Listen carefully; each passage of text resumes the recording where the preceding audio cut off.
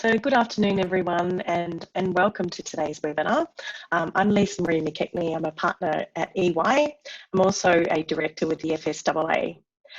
It should come as no surprise to you that the COVID-19 pandemic is having a profound effect on all aspects of society, especially our mental and physical health. Working from home, loss of employment, social and physical distancing have abruptly interrupted the social opportunities that are so important to our physical and psychological health. Media consumption is also working to drive anxiety and uncertainty, and it's a bit of a difficult cycle to break. It's against this background that the FSAA is delighted today to welcome Jono Nicholas, who's going to present this webinar for you. Just a few words about Jono. He's the founder and managing director of the Wellbeing outfit. He's also a consultant to our EY teams, and he does a lot of work with mental health and resilience in the various teams and helping guide us through the remote working environment. Today, Jono will take us through an important journey and give us some of his important insights on how to be resilient in the COVID pandemic environment. Over to you, Jono. Thanks, Lisa Marie, and thank you everybody for being here today. Just to make things easy for me, these sessions always go a lot better if people ask questions as you think of them. So there is a Q&A function at the bottom that you should be able to upload questions into. I will break at two different points in the presentation so that we don't just have me talking and then a big break at the end for Q&A. And as I said, it's really about you. It's really about making sure that you get the most out of these sessions, and that's going to be driven by the questions you ask. So as Lisa Marie said, I'm managing director of the Wellbeing outfit. So our job is really helping organisations improve their performance by improving the wellbeing of their people. So my personal background is I lost a friend of mine to suicide when I was 14 and made a commitment at that stage in my life to commit my career to improving the mental health and wellbeing of young people and their parents. I was really fortunate for those who know the service of being one of the founding staff members of Reach Out, which is a digital mental health service for young people and their parents, and I was CEO there for 10 years. So when I'm talking about the strategies now around personal resilience, it's really in that context of someone who has had to apply these skills throughout my whole life. You can imagine leading an organisation. We had 50 staff members in Reach Out. We would be making a notification at least once a week for a suicidal kid. So my people, when I was helping them through it, most of whom are at the start of their career were working in highly stressful situations. And we really look to understand these strategies around how you can look after yourself, even if the external environment's tough. And it's certainly tough at the moment. And then the work that I've been doing most recently with EY and other clients is advising the organisations through the pandemic. What do we think is going to happen? How do we think people are going to respond? And what do we need to do to look after our people through that? So I'm going to share my screen now, and we will get underway.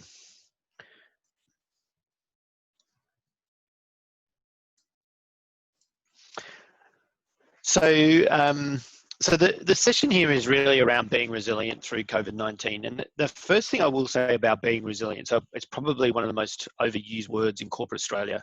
And most people think resilience is about withstanding pain. I don't know if any of you heard or read the comments that Ida Buttrose made around this generation or younger generation needing a hug. To be honest, I got 3 kids under the age of 11 and I want a lot more hugs in my life as well. I don't actually think the absence of or the need for affection and support is a failing. I actually think it's a really good thing, and I think the generation that I'm sure many of you are coming through at are driving better corporate behaviour, driving organisations to behave really well. Resilience is not the withstanding of pain. Resilience is the ability to bounce back after tough times. And employing strategies to do so. So keep in mind, if for those of you on the call who are finding this period really stressful, that does not make you that does not mean the absence of resilience. Actually, being on this call is probably the best sign of resilience, because you're interested in strategies in how to bounce back and how to stay well, and that's really what we all need to do. So where are we at, right? This is some work that I did for my clients at the start of the pandemic. And there's been really 3 psychological phases of COVID-19 in the Australian context. The first phase was in March, April. So we really are now about 6 months into the pandemic in Australia. The first cases that really came through early March. By basically mid-March, many of our offices that we work for had moved to remote working.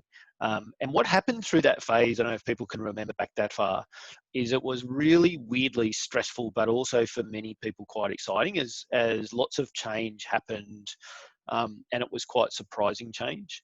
So a lot of what happened during that phase is people reacted with an anxious response. So a lot of worry, a lot of trying to keep all the balls in the air, but also this weird sense of hyperproductivity. So most of the organizations that I'm advising were like, oh, wow, people have done really well.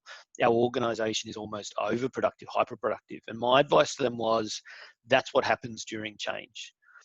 That's what happens during sudden change. Our first inclination is to try and keep everything the way that it was, and that uses up an enormous amount of our energy. So what happened then is, roughly around Anzac Day, or certainly into early May, we moved into a new psychological phase, which is what I call the reality, which is where emotionally people started hitting the wall a bit. I'm sure some of you had that feeling of like, I'm sick of this, I just want it to be over. My job that is boring from home, I'm sick of my flatmates, or I've had to move back home with my parents, or, you know, I'm sick of being in this tiny flat with my partner, or whatever the scenario is. So this real kind of, this is not nearly as fun as I thought it'd be.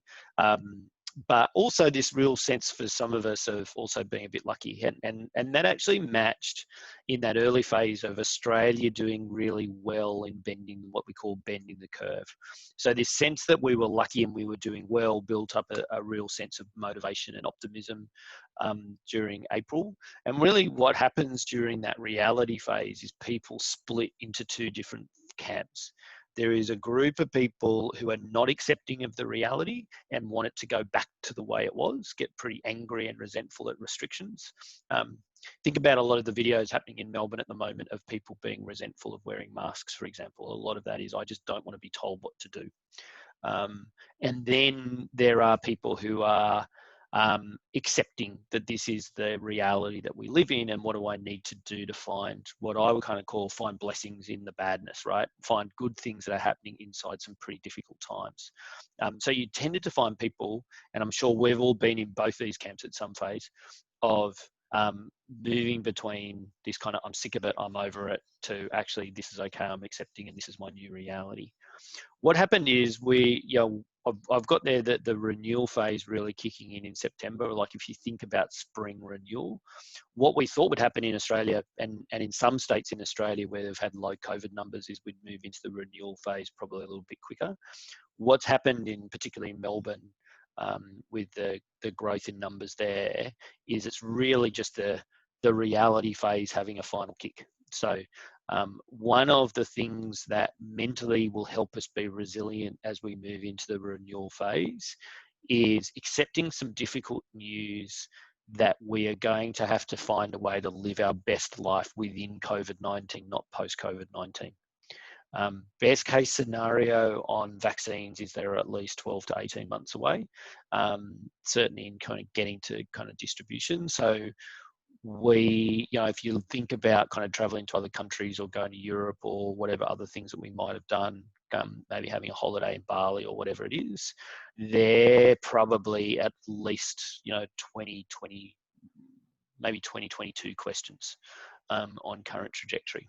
So what it means is we have to learn how to have different expectations, a different story in our head of what makes us happy, and we can't. If the more we compare it to pre-COVID, the tougher it'll be.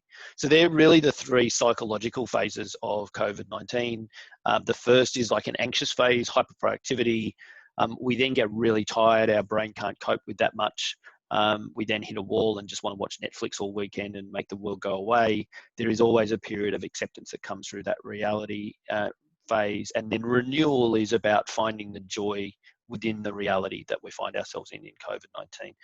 And the trick to being resilient through this whole time is about getting to that reality, that acceptance as quickly as we can, while also managing our well-being. So I'm going to take this off share at the moment, because I'm now really interested in just asking people a question of, having kind of laid out that phase, those phases. Do people have any questions, or would people mind putting up thoughts as to whether or not they rang true for you? Did you find that that you had different psychological or emotional experiences through it? So I'm going to leave it there for a bit and ask people to put some stuff up in the Q&A.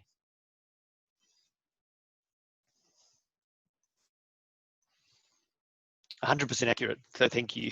I've got one support.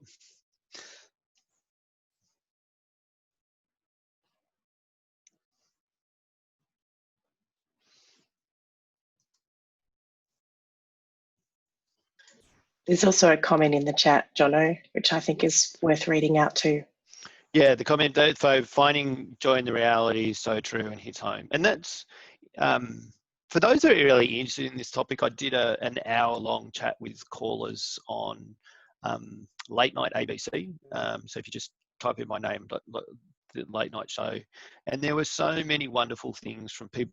That's an older audience of people who had lived through some pretty difficult times, wars, loss of children, and that was the big message they had of, like, even through really hard times, if we can find our blessings, we find our joys, then we can actually get through it. So that is our trick. That is probably the biggest key to resilience. Maybe while they're coming in, Lisa Marie, can I ask you, just on your own personal journey through this, how have you found your kind of psychological stages? Obviously you have a really big job at EY. There's been lots of stress on you, and now, like many of the people on this call, like, you're in busy season, right? So how are you finding it for you on that psychological journey? Look, I've had some difficult times, to be honest. I find the remote working quite exhausting. It's one of the things I've noticed. When we first started remote working, everyone had their camera on. You're right; it was a bit of a novelty. It was, all of a sudden we had all this extra time. We weren't travelling. I shared that same initial experience, and then of course the longer it went on, the more I couldn't sit with my team, I couldn't see clients, I had homeschooling. I found myself getting really exhausted, and so one of the things I did was to take some of the advice that you've given me at EY as well, really concentrate on getting enough sleep and going back to personal training once we could do outdoor training, and just actually making some time every day for wellness. And I found that that's been really good. And I feel like I'm coping a lot better now. Admittedly, the kids are back at school, and so that's actually been, I've got more time to do that. But it's certainly been very challenging. All of my family is in Melbourne, and they're all finding it terribly difficult. The lockdowns and the COVID explosion that's happening down there. So, sometimes caring from afar is also, hard. So I do too find it challenging, but I do get an enormous amount of support from EY, and we do have some amazing coping strategies and a lot of, hopefully, which, the sorts of things like we're presenting today, just sharing just a few kernels of ideas for people to take on board and try. But it isn't easy. And no. I think it does bring out, the one thing I will say is I've learned some amazing things through this process about people and about how much we can actually cope with. And I think, a lot of the people that work for me have just learned a lot about themselves through this process. Yeah, they're really great insights, and I'll cover some of those strategies, as you said. What are the tips and tricks to maintain wellness through this phase? Things are coming up on Q&A, one around, back up your point around taking a break. One of the things that's a really interesting kind of insight I'll recommend to a lot of people is there won't be an ideal time for many of us to take a break. right? We have to we may not get the break that we wanted, but we do need to get the break that we need, right? So that, in our mind, particularly for those of us who've had pretty cheap travel, for example, we might be planning a holiday to Bali, or those of us in Victoria might have been planning to go to Queensland, only for the world around us to change pretty quickly. And so one of the things, though, is that it's really easy to put off breaks, even if it's a long weekend, even if it's shutting away the computer, and then we find that we're running on reserve energy. So the one that we all can control to a lesser or greater extent is taking those breaks, taking those holidays, and planning some good things in there. My advice to lots of people in this phase is plan spring renewal. Plan something really good for spring. For many people in our industry, the busy season goes well into sort of September. Depends on your kind of clients, but it'll be a pretty heavy workload for many of us over August. So planning something good in spring.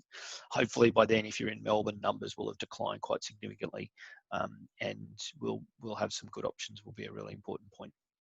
James makes a really good point of the renewal will go longer. The reason why I put it at 3 months is really to say that's where we kind of start moving into that renewal phase, James, we are now living in the world that's starting to sort out rules with COVID.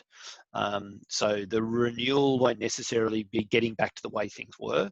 It'll be trying to live our best life within the context that we find ourselves in. But a lot of what we'll find in that renewal that phase will be, basically a lot of our civil liberties being returned to us. That's really what happens as we go through the renewal.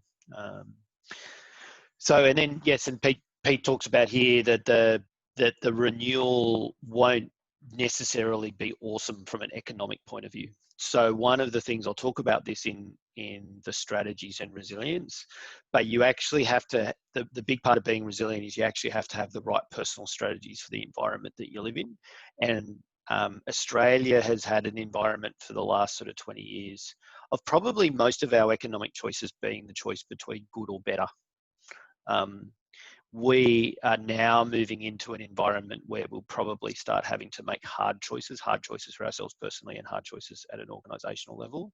And that's not anyone's fault. It is the reality. So if you think about the phase that we've come out is like, actually environmentally, it's like the rainforest phase, right? The choice between good and better in rainforest, if you're a plant, is there's lots of rain and there's plenty of opportunity to grow. And therefore, activity is not bad. Having a fast life, doing lots of things, sort of living for now is not bad. The phase that we're moving into is actually, not the rainforest, but the desert. And you can still survive and thrive in a desert environment, but you don't use the same strategies. You conserve energy, you focus on what you're great at, you focus on the things that you can really do, because the opportunities aren't as abundant to grow and thrive. So the one thing I would say to people here is align your strategies, your wellbeing strategies, your career strategies to the environment that we'll find ourselves in. But don't be fooled that the environment will be all bad. Don't kind of read the media and say that it's all bad. It's just a different set of environmental conditions.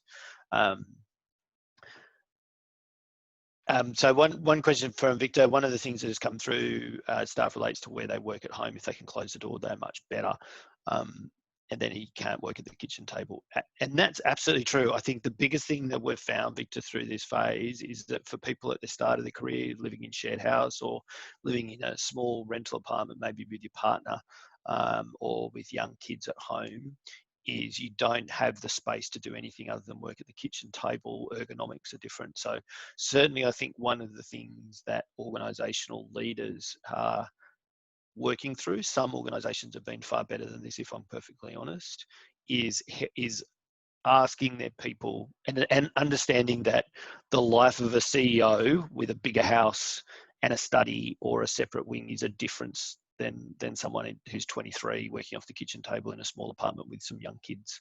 And so one of the things that is really hard if you're leading a team of people who are in that situation is recognising that the environment isn't one that's conducive to great work, and we need to support people through that. And if you are leading that team, absolutely kind of raise it up the line so that people in more senior positions are aware that some of those environmental conditions are different. I think CEOs and leaders are like all of us. They're human.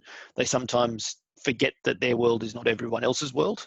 But when they're reminded, my experience is, the vast majority are good humans and want to see solutions. But and we've got to definitely raise them.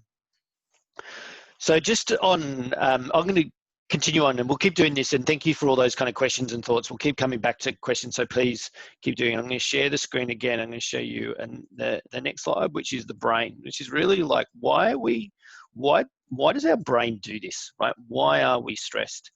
So this is a so if you think this is a kind of a cut of a brain halfway from front to back. Humans actually have 3 brains. The back of the brain, you see where that tree bit is, or the amygdala, right around our brainstem, is what we would call our reptilian brain. The middle part of the brain, where we have that egg shape, if you think in the dead center of our brain, is our mammalian brain. And then the red bit at the front and the outer layer going right over the thin layer out is our human brain that does all the thinking executive function. Now, what happens when there is a threat, right? What happens when we're under stress is the fear takes over. So a threat raises our vigilance that the world is going bad. And so and that brain responds to change, right? So that brain responds to change, and change that may cause threat. And that back bit of the brain, our reptilian brain, is pretty clever. It has an override function for the prefrontal cortex. So basically, when we're under threat, the back bit of the brain goes, do you know what? All this executive function's complete crap. We don't really need you to think of all the 5, 6, or 7 possible options of how we do this. There's actually only one choice we need to make. Do we run or do we fight? It's a pretty simple choice, and I don't really need you to get involved with all your complexity, right? Because complexity delays action, and action leads to death. Is the kind of the story of the reptilian brain. So what happens when we're under stress? Stress is simply our version of fear. So so we experience fear. Fear responds to change in the environment that we can't control and we can't predict. So in this case, COVID-19, we started to get afraid. We start seeing everyone else get afraid. So human beings are social animals, which means fear for us is a social emotion. So if other people are getting afraid, then we start getting afraid with them, right? And that's, again, part of our survival strategy as a species. So the more people are afraid, the more contagious it gets, the more we kind of, the more we get stressed. That brain takes over. It stops our executive function. And what that means is that when we're asked to do our job, and all of you work in jobs that require, like we're effectively paid to monetize our brains, and we're paid to monetize the big fat bit at the front, the big executive function, right? And the interesting and challenging thing about this sort of crisis is it makes that brain harder. It doesn't work as well, right? So the big resilience strategy during this phase is to recognize that we will go in and out of fear, and that's a natural response to the external environment. I'm sure those of you in Melbourne or even in Sydney are finding that as the case numbers have come up, you found yourself just to be more anxious again. I took my first flight to Brisbane to run a workshop. I live in Sydney, and was greeted at the airport by 50 military personnel doing the screening. And it was like, oh my God, I live in a military state, right? It was the first time I've ever been in Australia to be greeted in my own country by military personnel blocking the border. And it was just, and my immediate reaction to see all those military people in fatigue was to be afraid. Like, what have I done wrong? Am I going to get arrested? And then I realized they were just there to help me. They were all really friendly. They didn't do anything wrong, but it was my initial reaction and my fear brain taking over to this change that had happened. And I had to start recognizing that, recognizing the fear brain, come back to the wellbeing strategies, come back to what I know worked. And then as that fear receded, my thinking brain could kick in and I could start solving the problem of where I needed to go. So the second kind of tip around this in terms of wellbeing strategy is if you're finding thinking, doing complex tasks hard, you are like the rest of us. I'm sure Lisa Marie would say that's one of the hardest things about being a partner at the moment in EY and everything else is that it's already a hard job, but it's a hard job under high stress and your thinking brain stops. Would that be your experience, Lisa Marie? It is actually, and I think too, I work with a lot of young lawyers, and they're always looking to you to be the one that's got everything under control, right? So it's like you can't fall down, because if you fall down, they fall down. And so there's very much that, I always have to, look like I've got everything under control. And I like to use the expression, I'm a bit like a duck, like on the surface, very smooth, and then paddling like hell underneath. And I think that, yeah, you're right. It's just another whole layer. But I had that exact same experience at the Gold Coast airport, Jono, and several elderly people were trying to cross the border and they didn't have their border pass. And there was military everywhere, and they just lost it. I had to end up taking this poor woman over to special help people and getting the kiosk working, and because she just lost it. The fear of actually getting rejected was just so strong. So again, the more vulnerable people are, the more that sort of fear affects them. So I had the same experience. Yeah, and that's I think the important thing is during this pandemic, the external environment, what happens around us. Maybe we've got a team under stress. Maybe our team leader, maybe our senior execs are also under stress. And part of the thing is that's, as I said, that in and of itself, stress is a communal experience, right? It's the way in which higher order mammals survive. So you think about monkeys calling across the forest to let other monkeys know that there's a predator around, or elephants circling a young elephant when there's an external predator. So stress and the communicating of stress is how we've survived as a species, but it also means that one of the things we have to come back to is, okay, how do I recognize what that looks like? How do I recognize that will hurt my prefrontal cortex? And rather than getting angry that I'm not thinking the way that I should be thinking, or I'm finding tasks harder, that actually our strategy is to come back and say, what do I need to do to feel safe again? What do I need to do to remove that stress? And I'll go on to talk about some of the basic strategies that we can do that. But the first sign is we need to recognize that that's our reaction. Some of the signs that you'll find if you're under kind of high stress is sleep becomes harder because your brain is too vigilant. So if you're having sleep disruption, completely normal again in relation to high levels of stress. We tend to eat less, so our body kind of contracts. We're just slightly less hungry. We get quite irritable and short-tempered. So all those sorts of things are just our body's way of kind of just getting into the right space, and having an easy response is the key to then coming out of it. As we go through it. So I'm going to take these slides off again. Love people, again, Q&A. If you've got any questions around stress and how that happens, happy to take them as we go.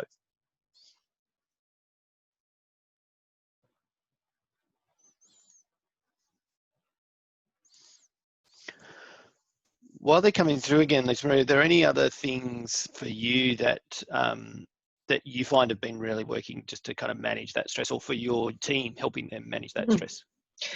Well, I've found a couple of things have worked. I also have trouble sleeping if I've got a lot on my mind. And I've been using a couple of different meditation apps, and they have some really good sleep meditations that just really help you turn your mind off. The other thing I've also found really helps for me is yoga. And we've EY's actually got a whole wellness program where you can do Zoom yoga and you can book in, and it's all free for staff. I've been encouraging that, and we'd also had an awesome step challenge that we finished a couple of weeks ago, where we would divide into groups, and it was called Walk the Wonders of the World, and every day you unlocked a new wonder. And that was terrific, because it encouraged the team to work towards that, made sure we got outside, we exercised. We're fiercely competitive, as you can imagine. So I found that was really helpful. And there's just a couple of things that have worked for me. There's a couple of Q&As in here for you, Jono. Edmund? Yeah, so a level of stress caused by organisations push to get people back to the office. You're absolutely right, Edmund. I think organisations themselves have struggled for a whole variety of reasons as to where people be productive and how to do it. And if I just take a step back and take the generous approach, most organisations are run, by people in their sort of 40s and older, and they've never known a world without an office. Like, they can't imagine productivity outside an office, because that's been their 30, 40 years of work experience, particularly in the financial services industry. You know, you think about that kind of classic stereotype of male 50s, you know, gone to the office, worked long hours for 30 years, and it's just been a big shift for them. So the desire for a lot of organisations to get people back to the office has been them sort of kind of not imagining the world differently. I think a lot of them have opened up their eyes that, you know, that things are different and that they've got to manage their way through it, but it won't be an easy change. So this will be part of my expectation setting. Is I think one of your jobs is keep putting the pressure and keep putting the feedback into those organisations about how do you need to work and what is the concerns. And then absolutely, as you said, particularly in Sydney and Melbourne, where there have been some outbreaks, bringing people back to the office and the lack of safety procedures that have been put in place have made things more stressful. So if you already had that experience, if your organisation had that experience, again, you're in the vast majority of organisations. The one thing I will say is everybody has the legal right to work in a place where they are safe, and it's the organisation's job to make sure that's safe, and that includes getting to and from the workplace. So a lot of the organisations are managing through what is that advice coming from government around public transport and elsewhere. But you know, if you're productive and you can do it from home and that's where you feel safe, then don't ever be afraid to have a conversation with your leaders about how can we make that work.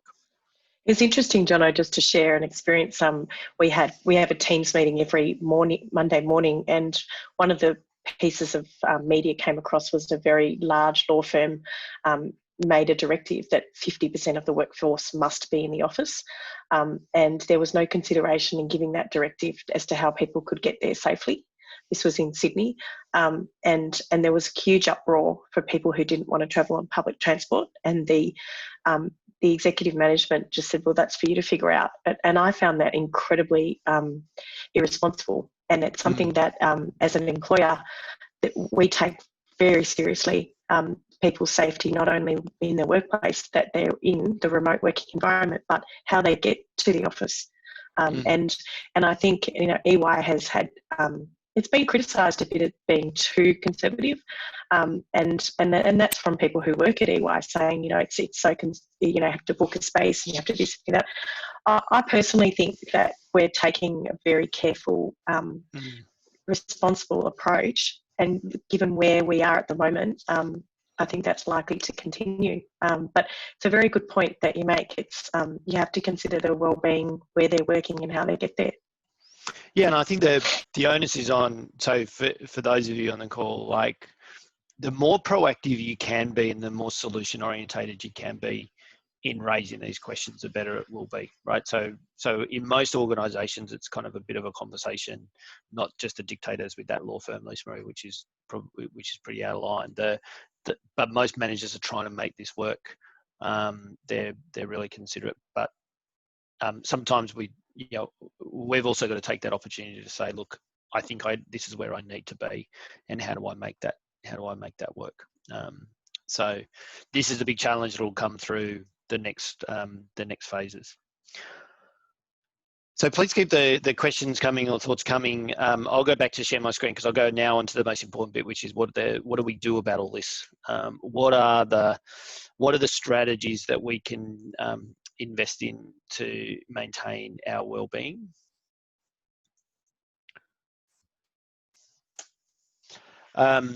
So starting in the top left-hand corner, so the biggest thing is, even though the world has changed in problems, the solutions remain the same, right? So the same solutions for our well-being and our mental health and our resilience are the same before COVID, and they are now. It's just applying them is getting may need a little bit more creativity. Really what they fall down to, I'm going to start in the top left-hand corner. So these 5 strategies. So be social. Human beings are social animals. One of the reasons why people have found COVID really hard is our natural response to fear is to gather in physical groups. And that's the very thing that we're told we're not allowed to do. So again, one of the weird things about COVID is our natural response to fear. If you think about bushfires, the community gathering, fundraising, really feeling connected as a community, actually we're being told not to do that now. So be social means being a little bit more creative. The one thing I would say, and I've said this a few times at my clients, including EY, is normally my recommendation was invest in 5 to 6 relationships that matter. My advice now is, because we do have so many other things going on in our brain, find 1 to 2 relationships that really matter to you. And over the next 4 to 6 weeks, invest your energy in those 1 to 2 relationships. That could be your best friend. That could be making sure you reach out to your mum and dad. That could be your partner. It could be your flatmate. But one of the things, particularly if we live with those people, is that because we're spending our time around them, we actually start taking them for granted, and those relationships themselves start suffering because we don't have enough things to do. So I remember, like, my wife and I saying, like, we actually haven't spent any time apart to even have anything interesting to tell each other, right? We just kind of forgot to talk because we were always around each other, but we weren't ever talking. So one of the things that my recommendation would be, somewhere over the next month, so if you think about August, find a time where you can do something special with someone who is the most important person. So, and just make that a reasonably big effort, a really big event. So for us, when we were in lockdown with my parents, as a family, we just had weekly trivia with all the grandkids for 1 hour on a Sunday, and then we didn't talk the rest of the week. So rather than try and keep up lots of communication with my mum and dad, it was like, let's do one big special event as a family. Let's make it lots of fun. Let's put lots of effort in. And then that was enough. And that was really us taking the stress off trying to be in touch with everybody while we were trying to homeschool kids and doing all sorts of other crazy things. So first tip, be social. Social still matters. Find the 1 to 2 people who are really important in your life and do something really special with them that makes it into an event. Think date night, think getting takeaway in, think going out to a restaurant if you're in a place that can do it. Just do something that invests in that relationship. Is really important. To be healthy, so the 3 drivers of health are sleep, diet, and exercise, right? There's no magic to this. The number one strategy here that I would say is sleep for 8 hours a night. The evidence is absolutely crystal clear. Only 1% of the population can have high cognitive function in their prefrontal cortex, so the front bit of the brain, the bit of the brain that our employers pay us for. If we don't get 8 hours sleep a night, for 99% of us, we're putting a fire blanket on that brain. Right? So if you want your brain has already got a bit of a fire blanket on because of the stress. We can't control that. What we can do is control sleep. And it doesn't matter in terms of the evidence that if that 8 hours comes over a 10-hour period, so it doesn't, broken sleep's not so much of a big deal. The length of sleep matters quite a lot. And the second thing, and my second tip, is when you wake up matters.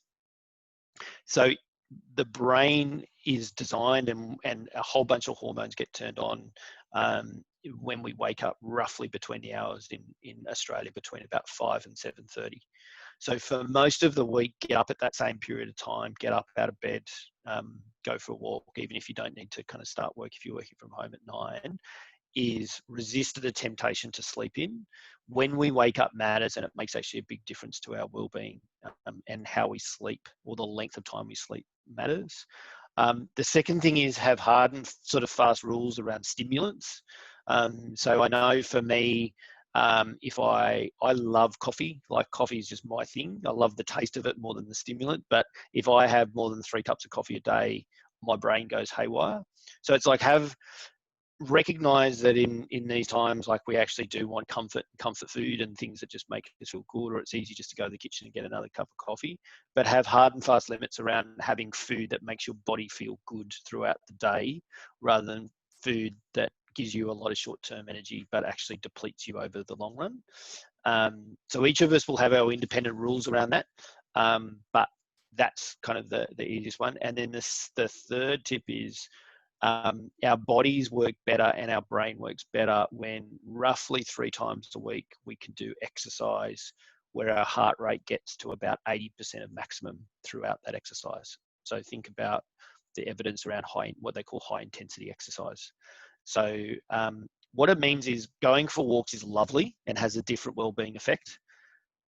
Raising your heart rate while you're going outside has a completely different impact on our body, and also helps us release a whole bunch of really awesome hormones So those three things, you've heard them many, many times. The evidence hasn't changed. Sleep for 8 hours, eat food that makes your body feel good, limit the food that doesn't make your body feel good, even if it in the long run. And somewhere over the next month, you might get exercise in that changes your heart rate at least 10 times. And do that roughly for about 15, 20 minutes. So when you go for a walk, think about picking up the pace, or walk up a hill to raise your heart rate is some of the easy ways to do that. Be mindful. So this is the meditation piece. So the way in which you turn off that stress bit of the brain is you do a mindfulness exercise or a meditation exercise. Lisa Marie's absolutely correct that the easiest startup for this, if you haven't done it, is using one of the apps. It doesn't matter when you do it during the day, right? So doing it is better than not doing it, even if you're doing it at lunchtime or late at night or early in the morning. I will say just hitting the snooze button and pretending like you're being mindful when you're waking up doesn't kind of qualify. That's just hitting the snooze button. But what you need to do is really kind of practice turning off your brain. And there's lots of different ways you can do that. The one thing I will say to people, if you haven't meditated before, if you haven't done mindfulness, don't try and do it for any more than 2 to 5 minutes. So don't go straight from never meditated, under high stress, now I've got to be the most awesome meditator in all time, right? And I'm going to start at an hour silent meditation or anything. Kind of just take it easy. 5 minutes has a good effect on your brain. And in fact, the evidence shows that a daily practice of somewhere about 10 to 12 minutes has kind of gives you about 80% of the mindfulness nourishment. So if you love meditation, you've got an hour in your day where you want to, sit in a cushion in your lounge room, go for your life. If you're like me and you've got lots of other things going on, then do sessions of sort of 5 to 10 minutes is a trick. And as Lisa Marie said, you can actually combine some of these things. So you can combine this with curious. So one of the things that is also really good for turning your brain is do deep thinking activity, solve problems that are not work related. So one of my recommendations for people under stress is throughout the day is make sure you're consciously turning off your brain and applying it to different things. So Lisa Marie were talking about that on a curiosity challenge while combining with the walking challenge. So you're solving a problem that's not about work. It's so this might be as simple as go for a walk and listen to a podcast about something interesting that's really immersive. Throughout the day, take a break and do a Sudoku or a crossword to get your brain out of the transactional space, but also solve problems. So our brain actually likes really deep thinking. And if you can do that 3 times a day for 15 minutes, that'll work. Jono, one of the things that I'm regularly asked, I've got quite a few staff who've got young children, and whether they're homeschooling or they're not yet at school, one of the challenges is trying to combine that while working from home, while trying to find some time for themselves. And I don't know, can you share any tips on how they can do that? Because I sort of am a bit lost as to how you actually get that balance right. Yeah, so Lisa, the first is lower your expectations, right? There is no way you can run a full-time job, educate your kids and homeschool, get them 2-minute noodles 4 times a day, eat them a nourishing meal, take them for walks and have the best life. So one of these things, I go back to that earlier strategy, is you need to align your wellbeing strategies to being in a desert. And part of that means you don't have that abundance of all the other resources around you to get the outcome. So you just have to realign. What's really kind of fascinating for me, I think, about school, particularly if you've got primary school age kids or little kids, is this expectation that somehow our kids get an awesome education every day at school. What we know is kids get roughly about an hour to an hour and a half of education at school. The rest of the time, social and hanging out with their friends, right? So the second bit is, if you are reading a book and doing something for an hour a day, if your kid's using reading eggs, if they're fine. Their brain won't suffer. It's probably the difference between getting 85% on an exam and 87%. Either way, it's still an HD in my view, right? So, so that'd be the big thing. The third thing is the most important developmental thing for kids is actually to be loved and to have time with their parents, not to perform tasks. And what will be the most important thing for your kids education development, but also social development, is not having stressed out parents who are on their back every hour of the day to do classes that probably don't matter, right? So if you're finding that your conflict, so some kids, like my oldest boy, love school, they love doing the tasks, they're really happy doing school, and that makes them happy. If that case, then support them to do that. My middle boy has not found a rule that he can't break. So for him, our strategy was just actually doing what we could, read books with him, but recognize that a lot of what he needed was just us to be with him through a pretty scary period, not to worry too much about education. So it'd be my kind of macro point, which is for your stress and their stress, the best you can do to remove conflict while getting through the basics is probably the big part of it. I know there's just a comment James has made in the chat that the kids are doing mindfulness at school, and so that is a way that he is thinking we can involve them. It's challenging, but my son was part of the first pilot of mindfulness in his school, and he was chosen because at that time we were going through a separation, my husband and I, and he was selected to be in that pilot. And I can tell you, it did wonders for his coping mechanisms. And young boys are not always the best talkers, and my son's 15 now, and he's just a terrific talker. But I think that's a really good point James made, that the schools are starting to get on board with how important mindfulness is, and giving them the skills to actually practice that, and then continuing that at home with their parents. Yeah, and absolutely. And think about this of mindfulness, and sitting still is really good. If you can do that for 5 minutes, if they can just watch you, there's a link there to Smiling Mind is a great one. And that's an Australian-based one. There's also an app called Headspace that's equally as good.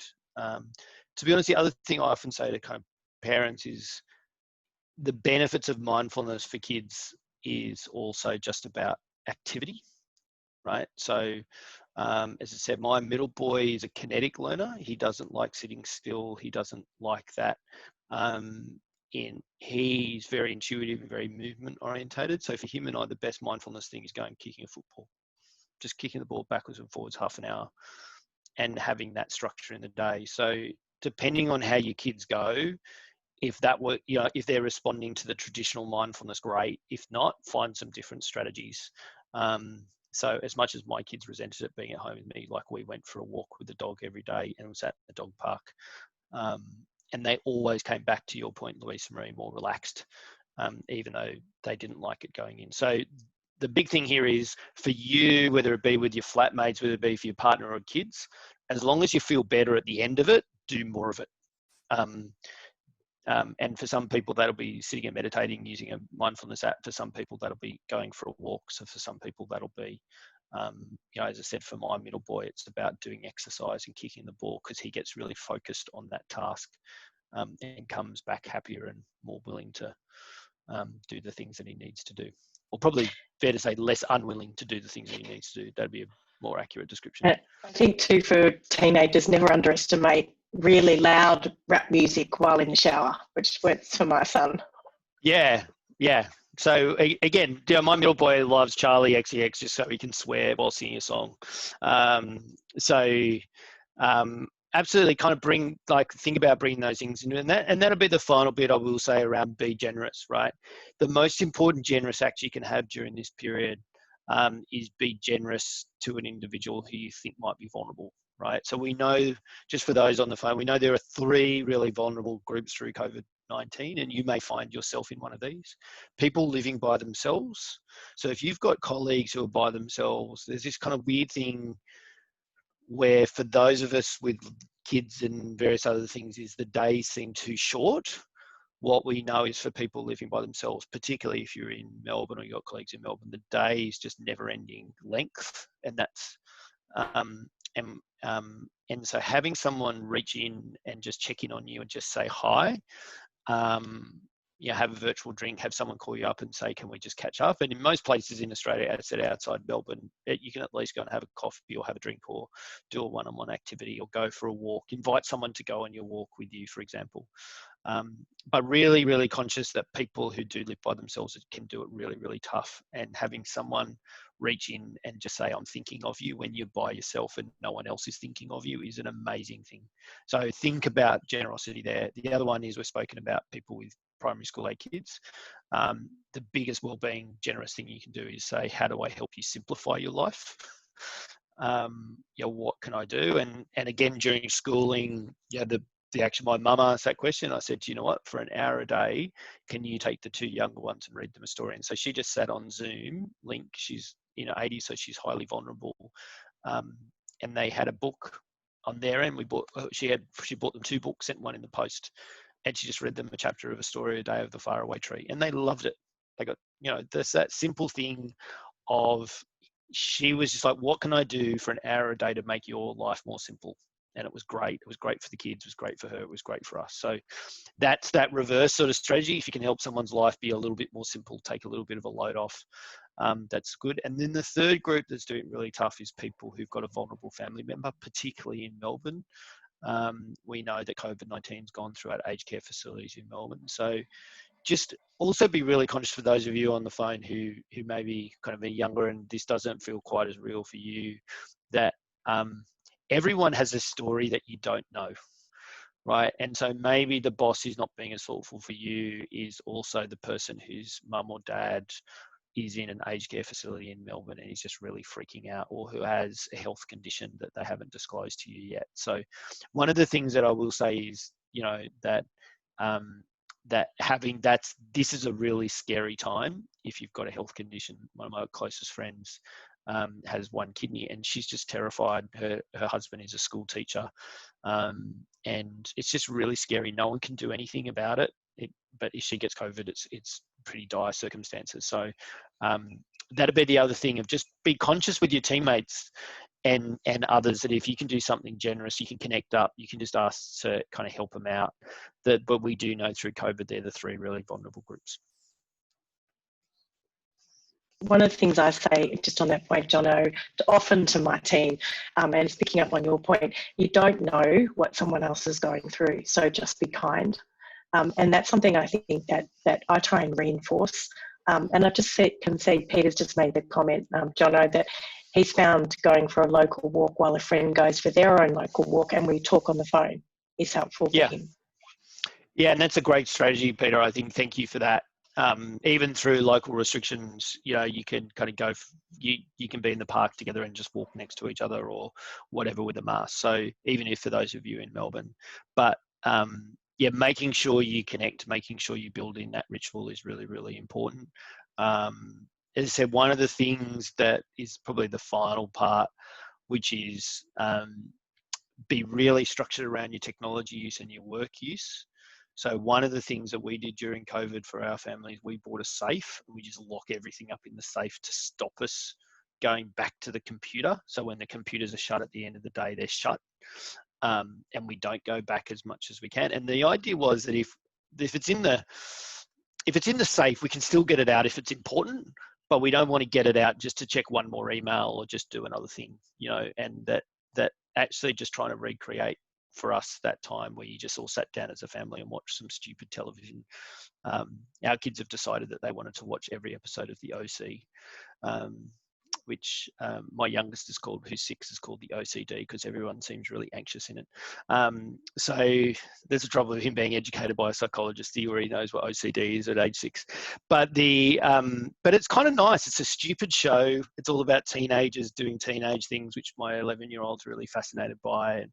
And that's our thing, right? We just do that. It's an hour each night, and it's about providing ritual away from technology and away from YouTube and away from emails and away from everything else that's really important. So they're the wellbeing strategies. There's lots of things coming through. I'd love for people to share. If you haven't got a question, like, we've been great strategies coming through as well that people have been shared. So if you've got something that's really worked for you through this phase, put it up there. Like, let's use the hive mind. Something, if you've got one thing that's really worked for you that you want to double down on, that's worked for your wellbeing, please share it. And you'd be surprised how many other people go, oh, that's worked for me, or that's a really fantastic idea. Can I expand on being curious? Yeah, sorry, I kind of skipped over that point, Peter. So curious. So Curiosity is the point of solving problems without judgment, or learning without judgment. Right, so most of our learning that we do is judgment-based education, workplace. We learn a new skill to be judged by our clients or by our boss or something like that. So curiosity is the act of improving at something or learning something without judgment. I'm just doing it for the internal satisfaction of getting better, right? So think about this of people who might start, during COVID, take up running for the first time because you can't do any other exercise at the gym. Of like, you're not ever thinking I'm going to become an Olympic athlete and run a marathon, but actually running a bit further or a bit faster each day in and of itself has a well-being effect because you're solving a problem. So a curiosity challenge really has two things. The first is, are you doing something where you're getting better just for the love of learning, not because it has any external reward? The second one, which is an interesting one around curiosity, is what have you done today to become a more interesting human being at the end of it? So if you think about the person you've had breakfast with and the person you're having dinner with being the same, have you done anything today to be an interesting human being?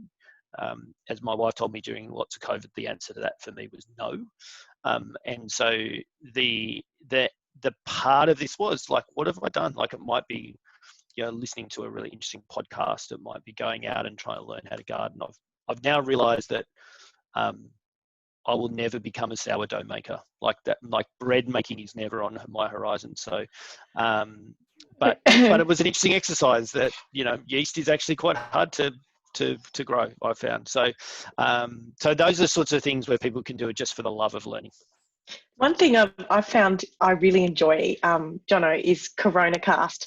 I don't know if anyone on the call has listened to it. It's a daily, very short podcast on the coronavirus, and people can call in and ask questions, and it's very smart, it's articulate, it's a bit funny.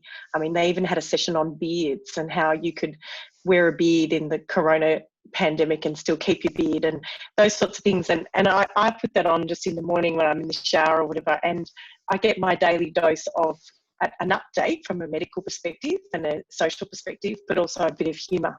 And I think that's something that we've got to try and keep in this environment, is our sense of humour. Yeah, absolutely. Yeah, so there's lots of kind of there's been an explosion of great podcasts around. As I said, try and do it if you take your phone with you. It's a very immersive technology. Putting the radio on the background to kind of replicate the noise of the office and that sense of connectedness is another great one. Lots of strategies. The final one I will say, which is rituals matter for our well-being. So rituals basically are cues that we use to reduce complexity in our life, in our brain. So they're like shortcuts. So a cue or a ritual for me, you'll see I'm wearing a white business shirt. I'm also wearing tracksuit pants and trainers underneath it. The reason why I wear a business shirt is when I do workshops and presentations, I get into my work outfit. Right, it's a mental cue. It's a mental thing to say, this is my persona at this time, and that's different than me being a dad or me doing a different task. I still support lots of people who are going through really tough times, including teams, and I do those calls wearing different clothes from a different part of the office. So again, about the mental cues, the rituals. I've spoken before about getting up at the same time, and when our kids would have otherwise gone to school and we were homeschooling, we went to the park, so that we always started our school day at 9 a.m. We never started before, we never started later. And those rituals are really important. Finishing your work at a particular time.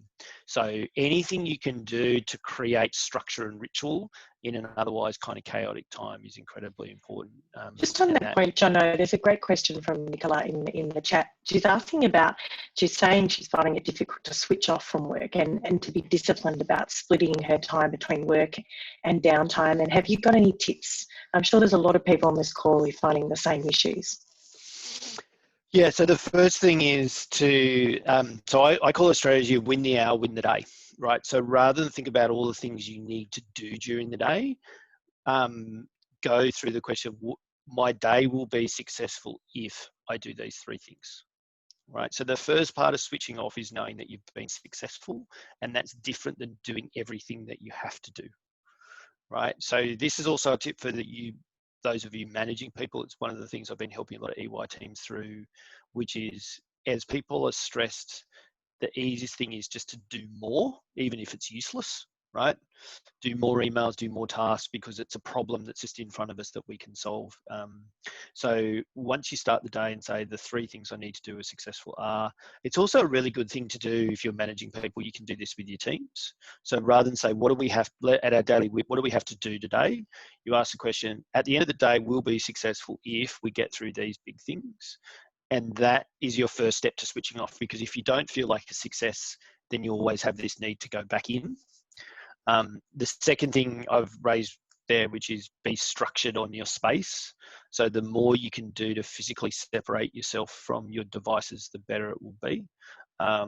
So, you know, even if you don't have a safe, for example, then turning your laptop completely off and putting it in a cupboard is a really good way to do it, because it's an effort to turn it back on. And that just kind of creates some cues.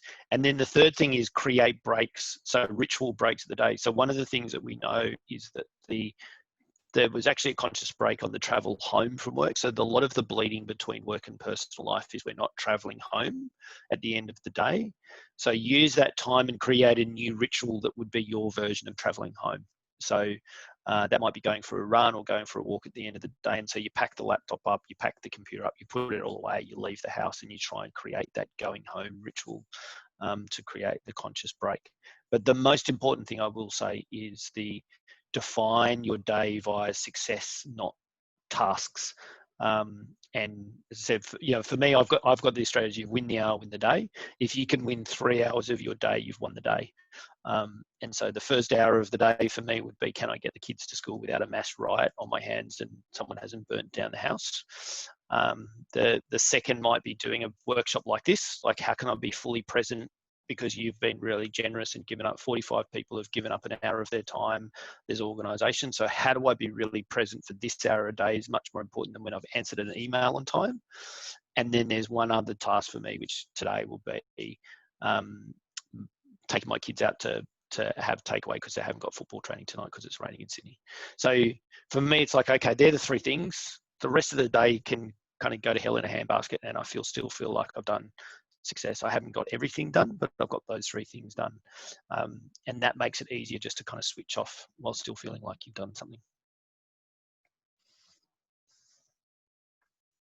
It's awesome, Jono. I'm really conscious of time. Is there any other things you want to, any other slides you want to pop up, or any sort of closing comments? They're it. I'm very happy to share these slides with the association. Yep. Hopefully people got some really practical tips out of this. And thank you to Di and Lisa Marie and others who are putting this on. And thank you, everybody. I know that for many of you, it is busy season, that you're working really long hours. So, while these things are really important in busy season, it's also hard to find the time to do it. So, thank you very much. Just remember my opening point, which is resilience is not the withstanding of pain or the absence of pain. The resilience is putting in strategies to help you bounce back quicker and stay in that slot as long as you can.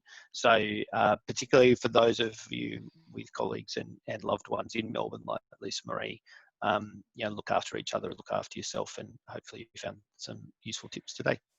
Thank you so much, Jono, for giving up your time. I know how busy you are. And look, I take from today, one of the things I'll be taking back to the team is win the hour, win the day. I really appreciate the association and I appreciate your time.